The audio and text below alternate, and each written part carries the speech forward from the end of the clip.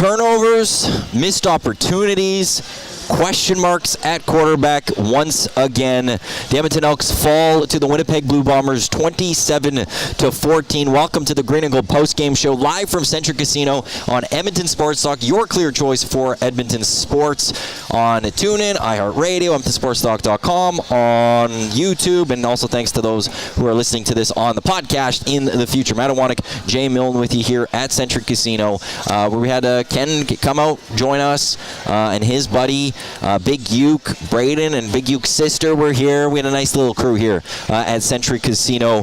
But we weren't treated to an exactly great football game. Through the first half, I believe, Jay, you said to me that was the worst football game you've ever seen. Yeah. And then throughout this game, the Edmonton Elks, overall 6 turnovers, I believe, in this game they are credited for. Trey Ford was not good today, and he's going to take a lot of the blame for the reason the Edmonton Elks weren't able to beat the Winnipeg Blue Bombers. But, Jay, just your thoughts on whatever that was down at Commonwealth Stadium. Well, the funny thing is as bad of a game as that was, this was still a game that was there at halftime. Mm-hmm. It was there in the third quarter. It was there till the fourth quarter. Yeah. When Trey Ford tried lobbing the ball to an offensive lineman, but who's listed as the fullback, saw it, and doesn't see that the linebacker there and gets picked off. It was a 10-10 ball game. The Elks were at midfield. See again, they were at midfield, and they had the chance to get into field goal range or possibly score a touchdown to get the go-ahead points, and it all changed at that point. Just an awful game. Turnovers, 2 interceptions, 2 fumbles. Obviously, the 2 interceptions were thrown by Trey Ford. Kevin Brown fumbled, Trey Ford fumbled, and then 2 turnovers on downs. You're just not going to win. I mean, the offense was not there. The run game, though, was a lone bright spot, but they wasted a great game from Justin Rankin. Justin Rankin was saving this team tonight. 14 carries for 157 yards, over 11 yards per carry. Yeah. Well, what was his long? His long was 53. And he had a couple really big runs in the game. Yeah. That was the only real shining moment. Other than that, it was terrible. I mean, Trey Ford, 10 of 17 for 131 yards. Only had 7 incompletions? That's a little flattering to him, I'd say. 17 attempts. That's terrible. I mean, you got to be in the upper 20s, low 30s if you're, Not when you're throwing interceptions. Well, I mean, at one point there was just no confidence in that, and credit to Winnipeg. They stymied that offense all night. They bottled them up. They wouldn't let them get out of the pocket. Contain, and he looked pretty average tonight. Actually, well below average. I will also say, I have to give a lot of credit to the Edmonton Elks defense for keeping them in this game as much as they did. When you talk about, the 27 points allowed, that's unjust almost to the Elks defense for how well they played in this game. Because for the most part of this game, they held the Winnipeg Blue Bombers to almost nothing. It was 4 or 5 turnovers, and the Bombers had 10 points in the football game. It was 4 turnovers at halftime, and they held the Bombers to 3 points. Yeah. They came out and they showed up and they gave the offense every opportunity to they kept them in this game, but gave them every opportunity to take over this game, and the offense didn't want to do it. And it starts at Trey Ford, and now is some of that rust that came into the play, and then he panicked? I don't know. But we did see a quarterback today where I remember in his first season, the game was a little fast, and he talked about last year on the Hangout with me that the game slowed down for him. Today, the game seemed too fast for him. The game seemed to be coming way too much at him, and then he tried forcing things, and it wasn't working. And then MBT came out, and he really, 5 of 10, 49 yards. Nothing special. But Trey, this game falls on Trey's feet. As a guy who's defended and, wanted Trey Ford in on these, you also have to call him when he doesn't perform, and today he did not perform well. He was not even close to being good enough for this game to win it. And the Elks should have won. I don't sit here thinking the Bombers won today. I feel like the Elks shot themselves in the foot way too much. 100%. I mean, it was 10-10 in the third quarter. In the fourth, at the start of this was a game that was in reach. It just fell apart really fast. And, Winnipeg came out, and in the second half, changed the way they were doing things, took advantage of. I mean, as good as the defense was playing, nobody could stop the run game. The Elks couldn't stop Oliveira. Winnipeg couldn't stop Justin Rankin. It was a run kind of game, which is okay. But there was just. But what's there crazy was just too many mistakes. There was too many turnovers. Like, why would in the first half they went for that third down? It was like third and 4. And I still don't understand why you would go for that. That was a 3-point game. It was 3-0 for Winnipeg. Because you don't trust Beatty to make that kick? Is that so part what? of it? Punt it deep. Pin him deep. You're too close for the punt then at that point? No, that was that was just over midfield. That was not. Beatty was not in range at all. I want to see if I could just find that on the summary of the game. Winnipeg 42. Yeah, so that's a 50-yard kick. 50-yard kick. Yeah, that ain't happening. Beatty has that kick. He has that leg. You're not putting him out there for Well, it. that's the thing, but then you're too close to punt. You're not punting from inside. But the game was setting up as a defensive battle. At that point, punt it deep, pin them within their own 10-yard line, and make them come out of their own end zone. I would have went for the field goal there. Yeah. Because it was a 3-0 ball game. You could have tried tying it at that point. Yeah, Penner's Pancakes, Elks lost, not Bombers win. The GP says the Elks were about to win this game.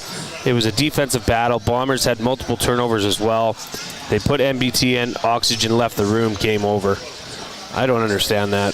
The game was... Which part do you not understand? The game was out of hand before MBT came back in. Like, no, it was 7-0. It was a 7-point ball game. I don't know, but because it was just the turnover, and then the Bombers scored, and it was a 7-point ball game. Yeah. But I will say this: I don't have a problem with that move. I really don't. No, you can't sit there. Have a problem with. You can't sit there and say Trey Ford had 3 quarters and a bit, and he didn't do much today. It wasn't working, and when you have a quarterback like MBT who had been playing well the last few weeks, I think you owe it to the team to put that quarterback out there. No, like if roles were reversed, if MBT was starting this game and we were in that point of the fourth quarter, we'd be saying, why is Trey Ford not going in this game? Or we'd be clamoring for Trey Ford. I think it's the same thing. I have no problem with them going to MBT in that moment. None whatsoever. The reason that I said it that way is because he said earlier, and I probably should have referenced this, the Elks were about to win that game. It was a defensive battle. Or no, hang on. These coaches are clowns and hate Ford. So I get the sense that this fella thought that they should have kept Trey Ford in. Trey Ford was doing nothing at that point. He looked unsettled. He threw a very terrible interception on that. It was an awful throw. It was not a throw he needed to make. He didn't have confidence. And if you're looking at your quarterback saying this guy doesn't have confidence right now, you can't throw him out there again. Especially when you have a veteran like MBT there who, once again, has been playing well the last few weeks. I'm sorry, if roles were reversed, we'd be sitting there saying Trey Ford needs to go in. So I don't think we could all of a sudden give Trey Ford that extra little leash here when he had that type of game through the first 3 quarters. Funny enough, though, because he did want to evacuate the pocket several times unnecessarily. Yes. Where a pocket was there, and he wanted to move around, and it ended up costing him, getting him in trouble. Taking a sack, throwing that interception. And I said it to you several times. Run the ball. Just keep running. Keep the ball on the ground. If they stuff you, they stuff you. But I'm sorry. They were having a hard time stuffing Justin Rankin. He popped a couple off there, and they were getting 6-7 yards on first down carries. And then I don't know. It just seemed like it was a real discombobulated attempt on offense tonight. Right? Yeah. Unsettled. They did run the ball. I mean, there's no denying that. As an offense, they ran the ball they ran it 23 times. The 2 running backs ran it 19 times. That's pretty good. And their average run per game here is going to go up, oddly enough. They ran the ball well. It was just, you know what, man? It was problems that happened in this game were at times where you need to protect the ball and not force it in, or not, Trey Ford on that first fumble. You hated that call. That was a designed run play. I don't know why they were calling such a designed run play so early for Trey. Why are you designing any run plays for anybody other than your running backs? Well, because when you have a guy like with that ability, I understand putting it in there. I know, but Trey Ford early in the game, I think the fact that he hadn't played in a few weeks, let him settle in as a passer first, and then get those runs going. I as soon as I saw him start running, I didn't like that call from Jerry Jackson, but Trey has to hold on to that football better too. Well, and honestly, Trey Ford's greatness at running is when he's out of the pocket, and it's a broken play, and he can turn nothing into something. And we saw one of those today. Yeah, it's not a designed quarterback draw. He's not a big fella. You're going into the middle of the defense, ball gets stripped, and I'm not saying that's going to happen every time. That's probably going to happen once out of every 15 times you try it, 15, 20 times. But, yeah, I don't know. It seemed off. It was a game that was attainable. I mean, it was 3-0 at half. Look at these halftime stats. Winnipeg had 84 passing yards, 37 rush yards. Edmonton had 60 passing yards, 87 rushing yards. It was a reverse. Edmonton had 4 turnovers in the first half. You're not going to win. You're not going to win those games when you have 6 turnovers, 2 interceptions, 2 fumbles, 2 turnovers turnover on downs. I'm sorry. You're not going to win that. Defense did what they had to do to win this game. Yeah. Special teams did pretty darn good. Boris Beatty. Their return game needs to improve, though. Their return game misses Javon Leake. Yes, it does. Boris Beatty was 2 for 2, 100%. You know, but for whatever reason, the offense just didn't have it together tonight. Not in any rational way of thinking. It's just a weird game. It was 5 minutes into the fourth quarter. It was a 10-10 ball game still. Yeah. That's 10 minutes left in the game. Think. It was a 10-10 ball game. They had multiple turnovers. They weren't playing well. And, in fact, just a little bit before that, the Edmonton Elks were at their own 50. They were at their own 50 at a 10-10 ball game in the fourth quarter. Chance to get into point scoring where they might win this football game then in the end. Because Winnipeg wasn't looking that good throughout any of that. The defense came to play. We did see also the Elks play for points late. They kicked the field goal to make it a 27-13 ball game. Then they lined up for an onside kick, but didn't kick the onside kick. They instead kicked it for the single. Boris Beatty got it, just barely.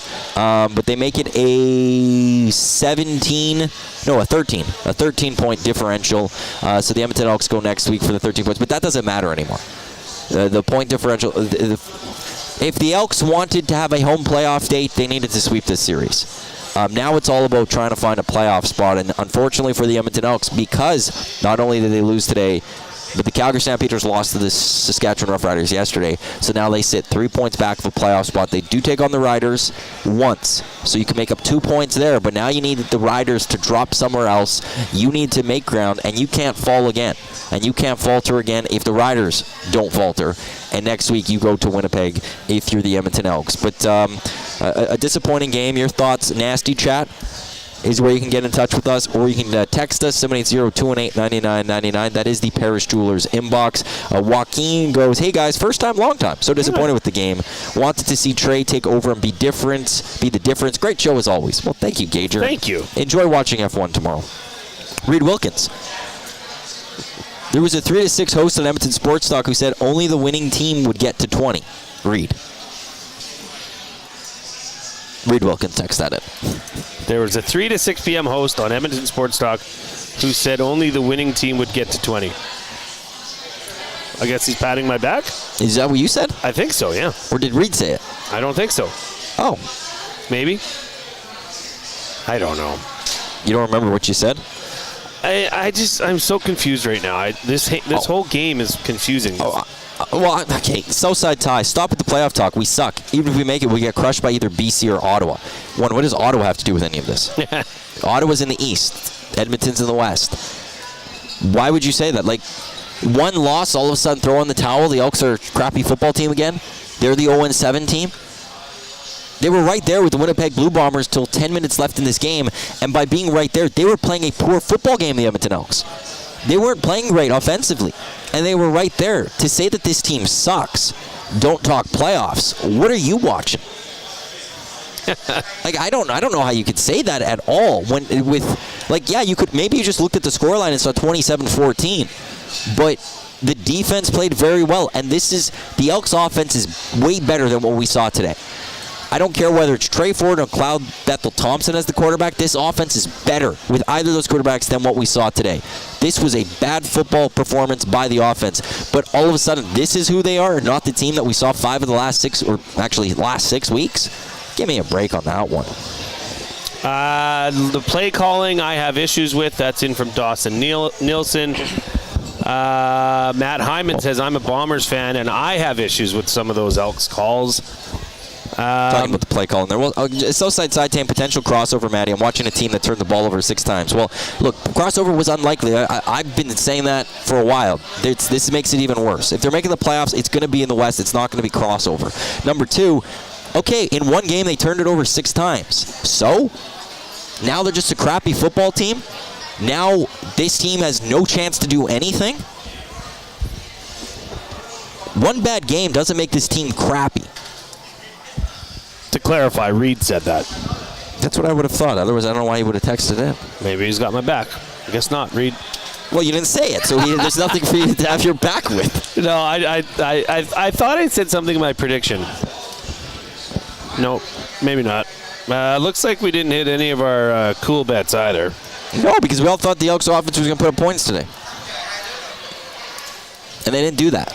I mean, they were in this game until, 10 minutes left in the fourth quarter? That's when they were still in it then because it was a 7-point ball game, right? Let's be clear about this. They were in it only by score.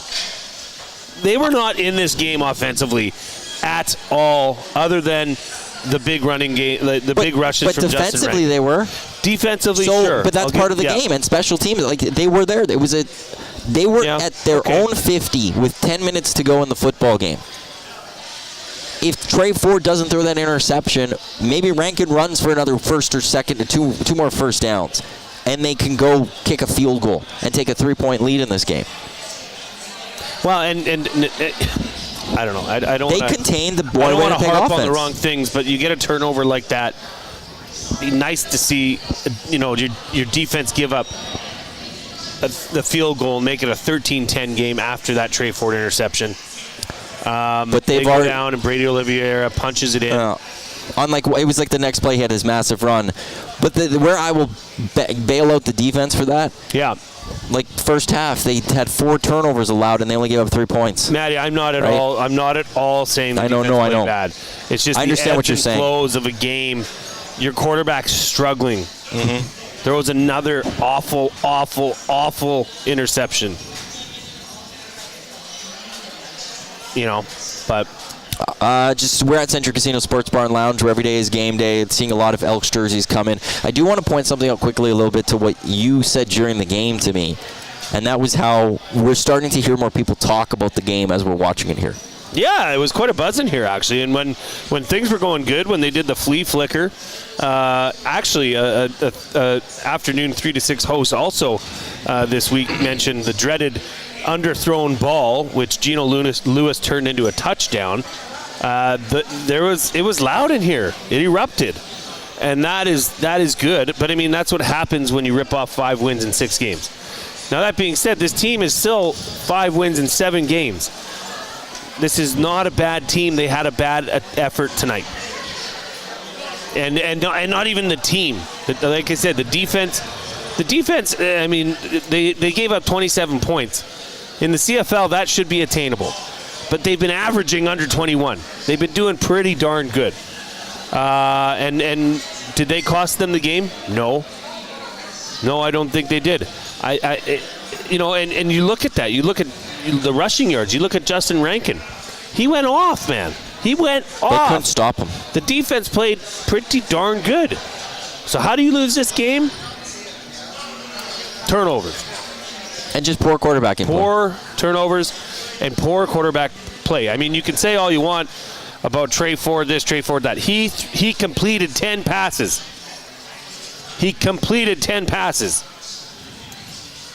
Zach Collaros Zach Collaros did not beat them tonight. He completed 19 passes. He just didn't have it. I don't know. Maybe he was scared because he was playing his brother. I don't know. BS that was going around. He just didn't look comfortable. He looked like a player that had just been thrown into a new offense. I'm sorry. It just is what it is. Jarius Jackson and his post-game scrum, you can see Trey Ford talking on TSN for those watching on YouTube over my shoulder. I don't know what he said. I do know Jarius Jackson spoke. It's gone now. And, beautiful TVs here at Century. Oh, there's Jarius. And I believe as he's up on TSN, one thing he's going to say is undecided on quarterback for next week on Friday. Wondering how that was. Who would you go with? Who would I go with? Mm-hmm. Oh, man. Because I don't think you can get in a situation where you go, like, this isn't hockey as much where you could go, you know, I'll go back to the Oilers with Mikko Kosta and Mike Smith. You can go to a goalie, and once he drops, you go to the other one. They're such different quarterbacks. Whoever you go with, you kind of have to stick with somebody at some point. Do you go back to Trey for one more game and just see, okay, maybe this was a bad game and see what he does? Or is this, sorry, Trey, MBT was playing well prior. We gave you that shot, but we got to go back to MBT because when he was in these last few games, this team was rolling. And we took out that hot hand for you, but now we got to go back to him to see what he can do in this one because it's such an important game. See, the fact that he didn't say that MBT is going to be starting next week leads me to believe that he is very emotional right now. He's very upset, Jarius Jackson, and doesn't want to make too much about this, but I believe next week will be Trey Ford's ball. If it is, it's a short leash. Shorter leash than today. Shorter leash than today. Short second quarter type pull. Yeah. For me, if it is Trey Ford. I would go back to Trey because one bad game it could be, but it would be straight up. You'd be sitting with Trey telling them the exact same thing though. Look, if you're not there early, we will make the switch. Yeah, I mean, you can't necessarily do that, though. You have to let the player play. You have to say, look, it's your ball, it's your team. Go out there and play like we know you can. Don't be timid. Sorry, Dawson. I'm sorry. How do I blame everything on Trey? I didn't. Trey had a terrible game. He turned over the ball 3 times himself. Look, 2 interceptions and 1 fumble. I mean, you're not. You thought Trey. They would have played Trey. You thought they could have started Macbeth at the start of the second half. Yeah. Look. So how do you not blame Trey? Well, Tell me that. Who's to blame? I have been very easy. I don't want to say easy, but I've pumped up Trey Ford for a lot. But you also have to look at Trey Ford when he doesn't perform. He's got to be evaluated that way. Yeah. If MBT started today's game and played the way Trey Ford played, we would be ripping on McLeod Bethel-Thompson right now for such a poor performance. Yeah. But McLeod Bethel-Thompson did not start today's game. Trey Ford did. And Trey Ford put up that performance, and it wasn't good enough. And scored 0 points in the first half. 0. And he did not lead his team down the field. And he himself had 3 turnovers. He had 2 interceptions and a fumble. It wasn't good. And then you could, that third down, you can, I guess, kind of put on him. But I'm not even counting the turnover on down. So then 3. It wasn't good enough. And that's what this game came down to largely. I'm not going to put it on the receivers. Trey wasn't doing his job. And, there were too many points. There was a couple times where we saw it. He left his pocket for some reason. And we haven't seen that. He hadn't been doing that this year. Like when we saw that Tevin Jones touchdown against Saskatchewan, he stayed in the pocket. He stepped up in the pocket. He climbed the pocket, And we were so impressed by that. Today, he chose to leave a pocket that was protecting him.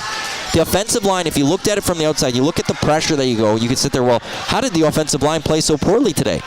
Because in this instance, it looked like Trey Ford left his offensive line what they were doing. They created him his pocket to stay in, and he chose to leave it. And it allowed the Bombers to get to Trey Ford. There was the one play where they rushed 3, maybe 4. I think that was the one where they had this one angle, and he immediately left his pocket, and that's how they got to him. The offensive line. They rushed 3 all night. But the offensive line were protecting the pocket. If you see where Trey Ford was afterwards, you'd be like, well, here's the pocket, and no one was getting close to Trey, but Trey chose to leave it. So he deserves to get criticism today, Trey, because he wasn't good enough. And if this team wants to make the playoffs this year, and also if Trey wants to be the starting quarterback long term, These can't happen all the time. Now, you're going to have bad performances. That there's no question about that. But that's why I'm intrigued. If you go back to him next week, he can't afford to have a second in a row. Scalding Gord in the EST inbox. You have to start Ford if you want him to be the man beyond the season. If you take him out, could be in his head forever.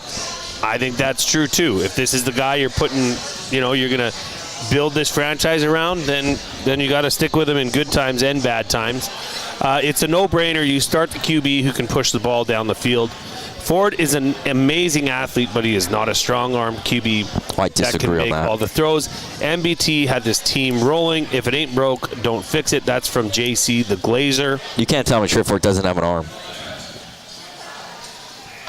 Sarah Cole said he had a bad night. I agree. He did not look comfortable. He did not look settled. He looked rather opposite. And let's be honest here. Credit to that Bombers defense who was continually rushing 3, but somehow managed to get him out of the pocket. And look, from the Trey Ford we've watched, when he's out of the pocket is when he's the most electric. Not tonight. It did not look comfortable. It showed. 0 points in the first half. They had 60 passing yards in the first half. And who was the running back? Somebody was asking that. That's Justin Rankin. And yeah, I agree. Feed that man the ball. If it ain't working on Trey's arm and Trey's legs, well, guess what? There was something working. Justin Rankin. Kevin Brown's not part of this team next year. Well, not if Leak and Rankin are here. The way they're running, the way those two guys have performed. If you can find a way to afford to keep all 3, I would do it because they're going to get nicked. They're going to get banged up, and that's. But this team probably can improve in some other spots, and I think having 3 running backs is a little bit of a luxury. This is an interesting point by Penner's Pancakes. Ford was playing loose when they were 0-7. Pressure might have been a factor tonight. I understand. I don't know if that was all of it or exactly why, but maybe that made him a little unsettled and made him, overthink things and try to make the play when all he had to do was throw it out of bounds or throw the ball away, stay in the pocket. We counted at least 3 times where there was a pocket there and he bounced it outside. Not sure why. Stay in the pocket, stand in there, and deliver a ball. But yeah, it was just not a good night. It was not a good night. But Maddie and I both think you're gonna see Trey Ford next week, and that game is very, very, very big. 22,605 was the attendance at Commonwealth Stadium. That's awesome. Good job. I know there was talking. I thought somebody had reported they were sold over like 25,000, but I guess that report is wrong. JC the Glazer back. Matty, show me where he slings it to the wide side. All his deep throws are short. His throwing mechanics are awful. The one TD, he stepped into the throw and threw it 10 yards short. Thankfully, Gino made a play. If you think Ford has a strong arm, you're fooling yourself, man. Have you watched him play this season? Did you watch the throw to the outside today that we pointed to? I think that was to Tevin Jones, where he threw it to the far side. And it was a perfect ball right to Tevin Jones where only he could receive it. Okay, he underthrew Gino today. Have you seen how many balls MBT has underthrown this season, JC? Have you watched Trey Ford in those other games against Hamilton and against Saskatchewan where he was hitting his receivers in stride? That Tevin Jones play, that against the Saskatchewan Roughriders, that was an underthrown ball? You're looking at Trey Ford from seasons past. If you're going to talk about that, you're not paying attention to Trey Ford right now. There was a clear play today where he threw it to the wide side of the field and threw a great ball to Tevin Jones, which was for a first down. Yes, I am not fooling myself on that one. That is what is happening out there. And if you're going to talk about the underthrown balls there and you're going to advocate for MBT, you haven't been paying attention to MBT this season with his many underthrown balls. Good rant. Well, it's true. MBT's the king of underthrowing. And that was one, and it's a smaller sample size. I understand that, but if there's one thing I've seen from Trey Ford in terms of development from last year to this year, is he's got more arm strength. Jim Close, you must just be tuning in because that's about the only thing I've been giving credit tonight is the Bombers defense. You guys don't give the Bombers defense any credit. They played very well. Look, yeah, we have. Dawson Nielsen. Kevin Brown cost the team more than Trey. Huh? The running back had more turnovers than Trey. No, he didn't. How come all the hate on Trey, Matthew? Where's the hate on the wide receiver and the running backs? It's not hate. It's called criticism because he didn't play well. Yeah. Like, that's sports. I'm sorry. He doesn't. Trey Ford doesn't deserve to be patted on the head for today's game and being told good job. I'm pretty sure Trey Ford is probably thinking the same stuff. He fumbled the ball. That's not on him. He threw 2 interceptions in this game. How's that on the running backs? Or the wide receivers. Or the wide that receivers. Like that last interception when it was a 10-10 ball game, that was only on Trey Ford. Trey Ford alone. Where else did the running backs have the issues in this one to blame them for those turnovers? I don't know. There's some salty people out here tonight. I'm not going to handle Trey Ford with white gloves and be very careful with him and stuff here. Like, he had a poor performance. He's a professional athlete. If he wants to be the star quarterback of this team, if he's going to be the quarterback that we all want him to be for this team, there comes criticism when you play poorly. He was not good. And why wasn't he? Like, who else didn't think he was good? His coach didn't think he was good because he pulled him. With the game in hand. It was what, 17-10? It was 17-10. Yeah. 10 minutes to go. Lots of time. Lots of time still to go tie that football game. But he wasn't playing well. That's the thing. Like, at the start of the year, I was MBT. MBT played like crap, and I called it out. If you're going to be a fan and if you're going to be a person that loves Trey Ford, you have to be able to take off the beer goggles and look and say, he just didn't play well. So what? That doesn't mean he's a garbage quarterback. That means he didn't play well tonight. If you were arguing that and you're saying blame everybody else, well, you're wearing funny goggles. I'm sorry. He didn't play good. He played like ASS. Move on to the next game. That's what you're supposed to do. Throw the film away. It was not a good game for the offense. Who's the leader of the offense? Trey Ford. 3 turnovers on his own. Throw it away. Throw the game film away. Start next week fresh. Game plan for Winnipeg and move on. Neither of us are saying, well, you got to bench Trey and MBT's. No. Trey Ford is the guy that, when playing to his capabilities, can do a lot better than that. Didn't a running back turn the ball over near the end zone? No. It was at the 35-yard line.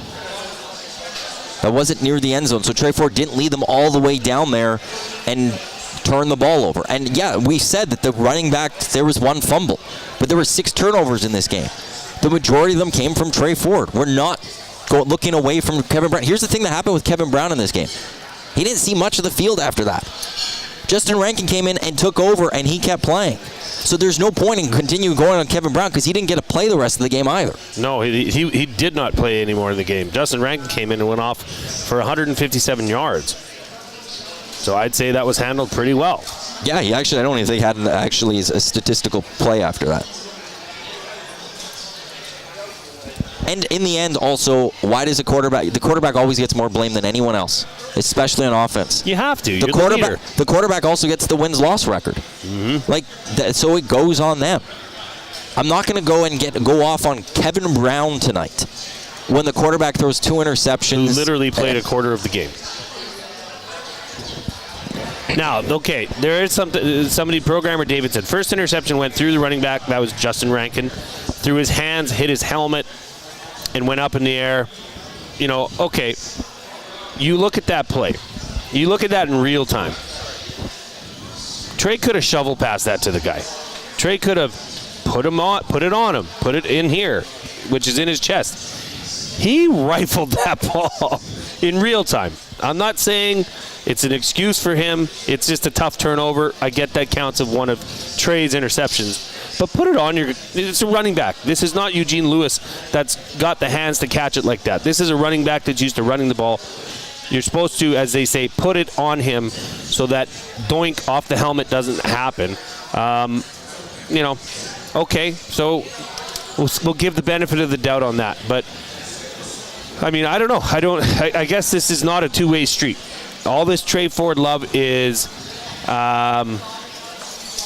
Naive when Trey's not starting and it's MBT. It's MBT stinks. MBT Trey should start. And then when Trey comes in and has a start and does absolutely zilch, squat, nada in the first half.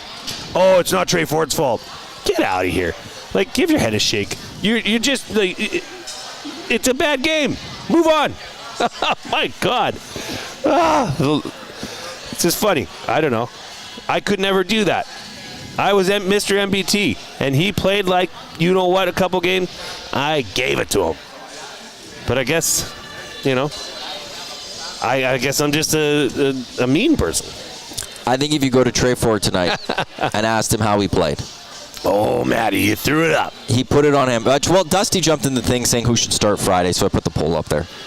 But if you go talk to Trey Ford and say, who's this on?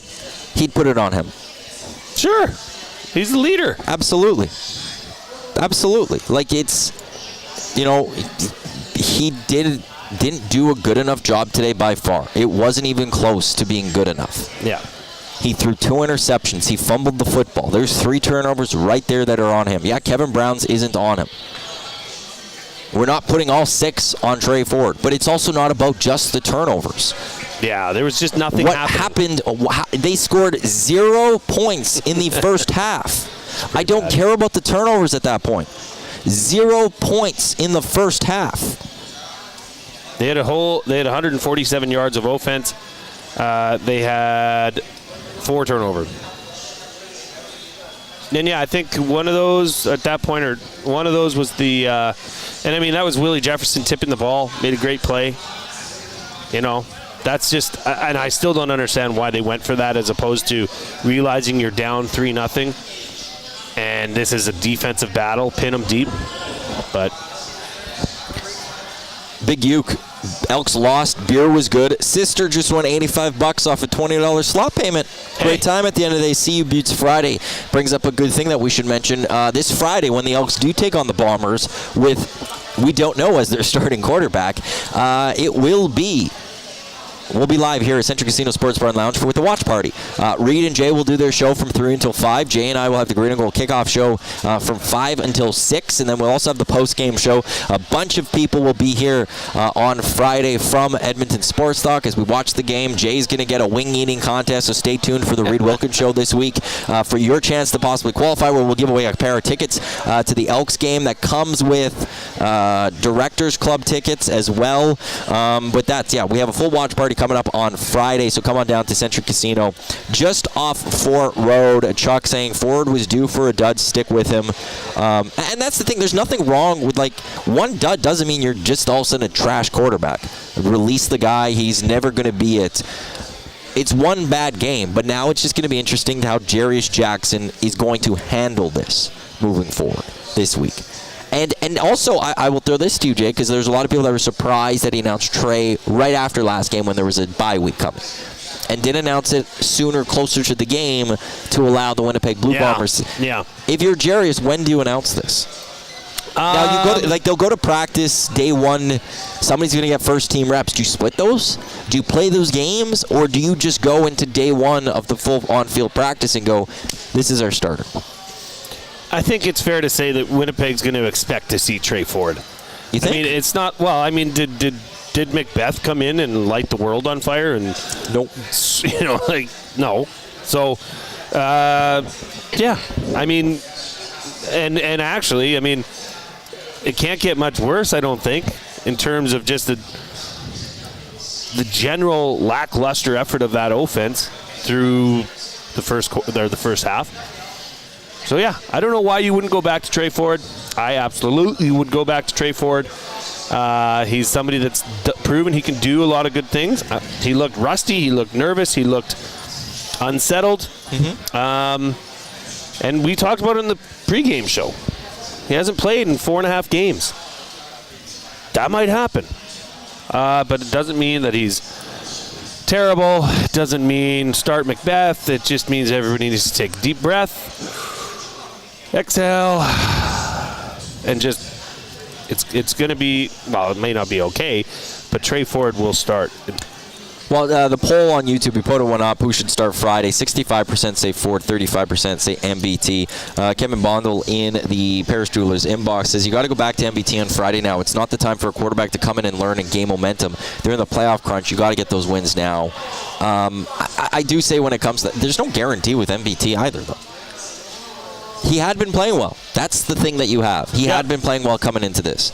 But even today, like you just said, didn't come in, his first possession that he went out there when it was down 7, he threw a long ball that wasn't even close to his receiver. Yeah.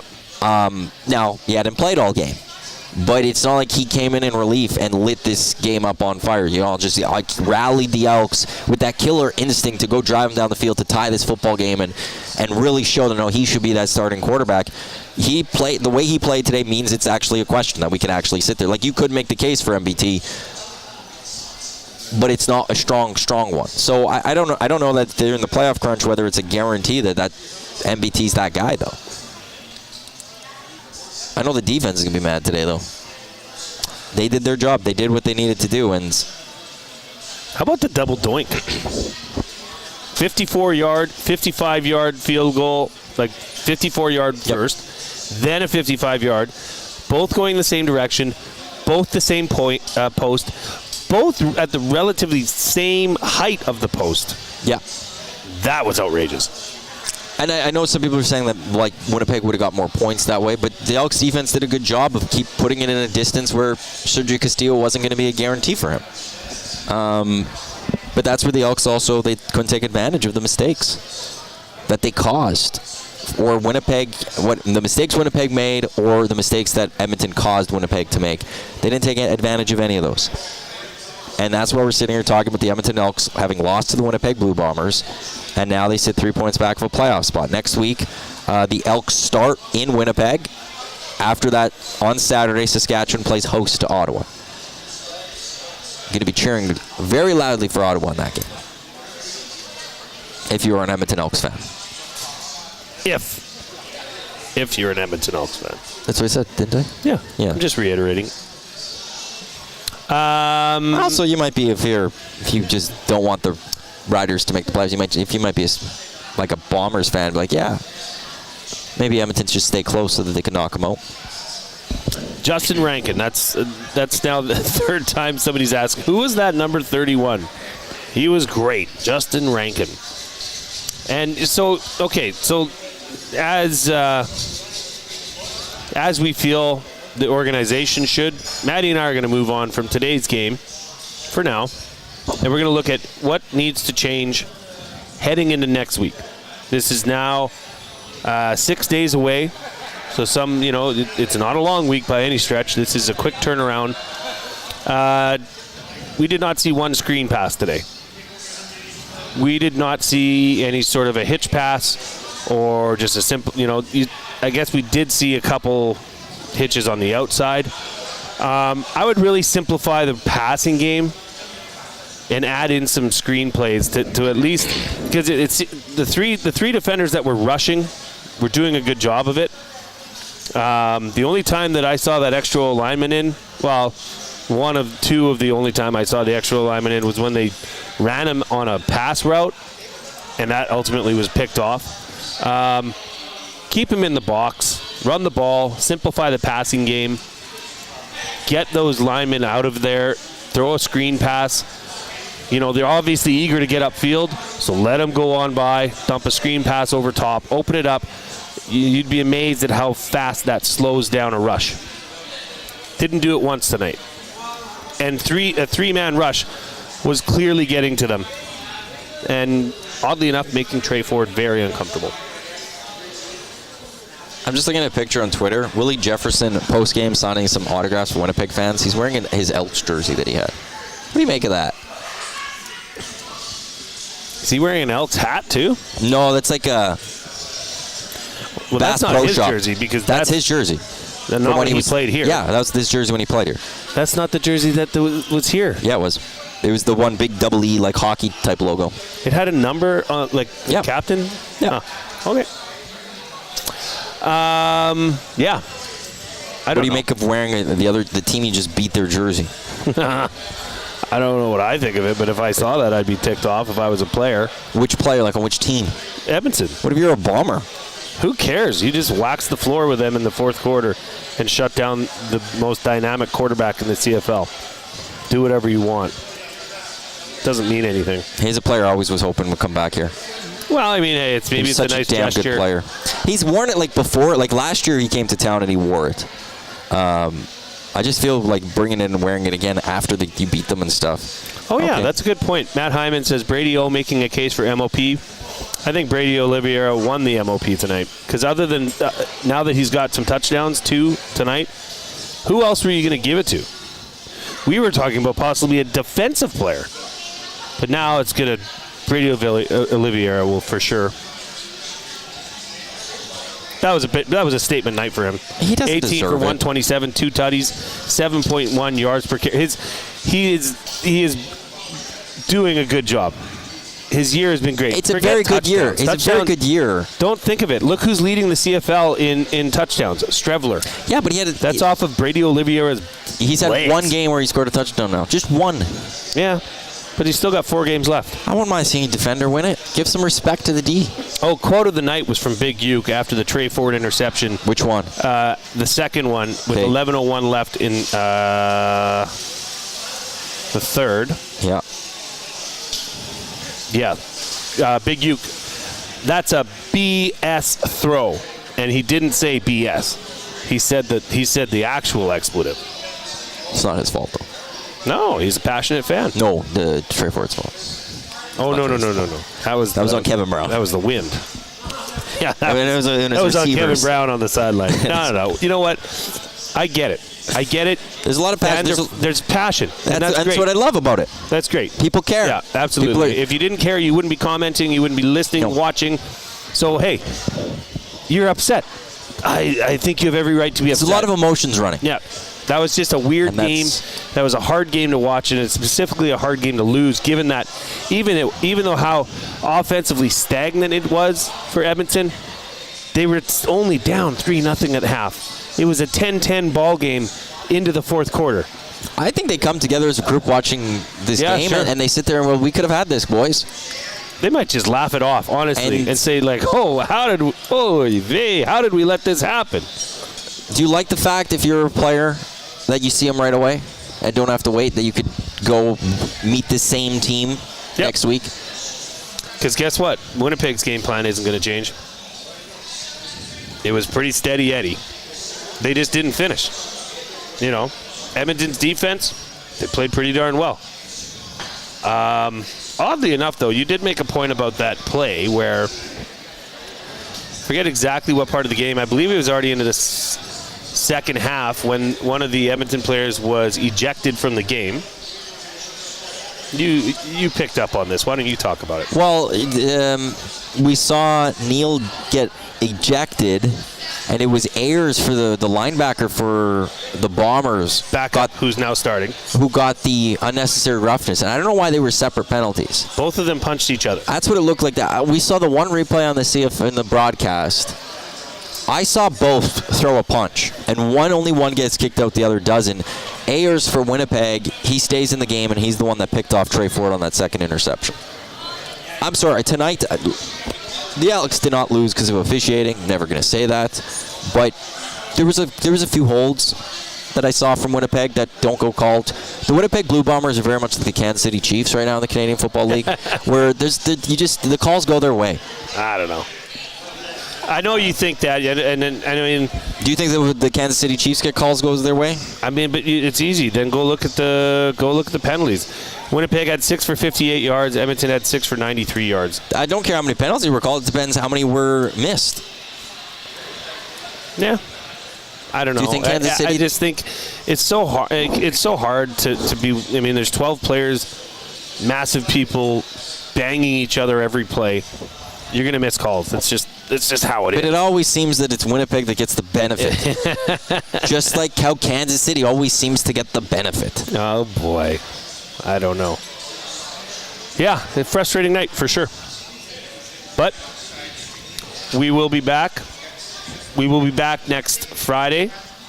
We're gonna have a watch party here. It's the quesadilla that's on special. Oh, the old quesadilla. And it was very delicious. Actually, I'm going to get that because last time I regretted it. It was massive. It was big and it was full and usually it was lovely. Usually you think it's just like the quesadilla. It just fills the plate on it. It settles in. They had to stack them. It was all stacked. There was four of them. All the four quarters were all stacked. I remember that. Because they're that big and they're that delicious. Matty, it was lovely. It looked lovely. It was amazing. You know, that looked like something you could really lean into the sour cream with something like that. And they had the salsa. You need to use both because there's so much quesadilla and they give you the little container. You're going to run out. We don't eat that much sour cream at our house. No? No. But my mother-in-law, she's living with us now, and she does, and it's awesome. We enjoy having it on our potatoes together. Oh, it's great on potatoes. Oh, like mashed potatoes? Good. Yeah. Yeah. Mashed potatoes. Oh, that's the way to go. No, the quesadilla, that's the daily special. The game day special is the cheese and jalapeno smoky. We also have the 6 o'clocker lager on special. That will be starting 3 o'clock on Friday once Reed and Jay get on the air. Usually it's an hour before the game it's on special. But Renee from Centric Casino said it's going to start at 3 o'clock. Who we got to say hi to today? It was very nice, that Renee. Yes. Sure. And she says she will be there for the watch party. I won the parlay off your picks on Lock Shop. Okay. It might have been part of the Lock Shop parlay. The Lock Shop parlay. Yep. That Owen guy says another perspective is who would you start in the playoffs? Whoever that is should be who you finish the season off with. But I feel the exact same. I don't. Like, I would start Trey for next week, but I'm not fully confident in that, actually. Yeah. I guess time will tell. Time will tell. And I don't know what Jairus is thinking. And I can see you mentioned, like, he was non-committal on who his starter is for next Friday. I think a large part of that, as you point out, it's probably emotions. Yeah. He's got to settle. He's got to watch film. But also, I wonder how much gamesmanship now gets played into this one, getting it ready for this week. To see what make Winnipeg at least think about the idea that maybe they'll go to MBT or maybe they'll go to Trey Ford. But we'll just have to wait and see. The poll right now it's 60 for Ford, 40 for MBT. Yeah, I mean that's good. That is the one thing though. I mean, and it is great doing a show like this and hearing from people, often people that we've heard from throughout the year. Being passionate fans, and that's the beauty of cheering for a team. That's the beauty of going through the highs and lows of a team. I mean, as of late, we've experienced several highs with this team, and tonight was a bit of a stinker. So that's a tough way to, end your Saturday night. But, if there's one thing this team has proven is that it's not the same team that was 0-7. So I trust the process is what I would say. Trust that this team will game plan. Trust that this team will support and be behind Trey Ford, build him up throughout the week, and I'm expecting that you will see a different Trey Ford next week. I feel like we're going to see MBT. Okay. I have that feeling. Do you? That we'll see MBT. And I won't be able to criticize it much. Well, see, the problem is you can criticize either.